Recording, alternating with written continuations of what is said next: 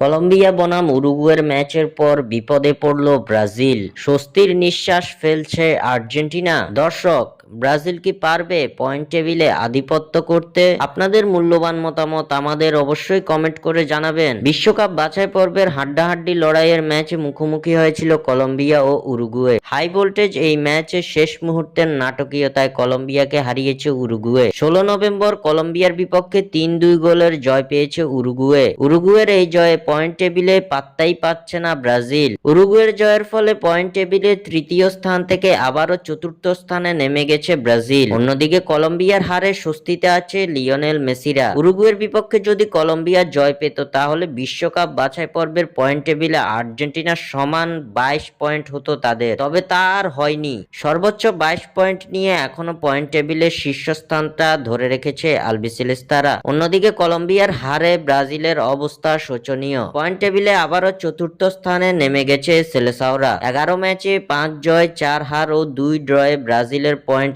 17। আগামী 20 নভেম্বর উরুগুয়ের বিপক্ষে মাঠে নামবে 5 বারের বিশ্ব চ্যাম্পিয়নরা। এই ম্যাচে যদি হারের মুখ দেখে ব্রাজিল তাহলে মোটেও ভালো কিছু অপেক্ষা করছে না ব্রাজিলের জন্য। স্বাক্ষর থেকে সাদবিন ইসলাম।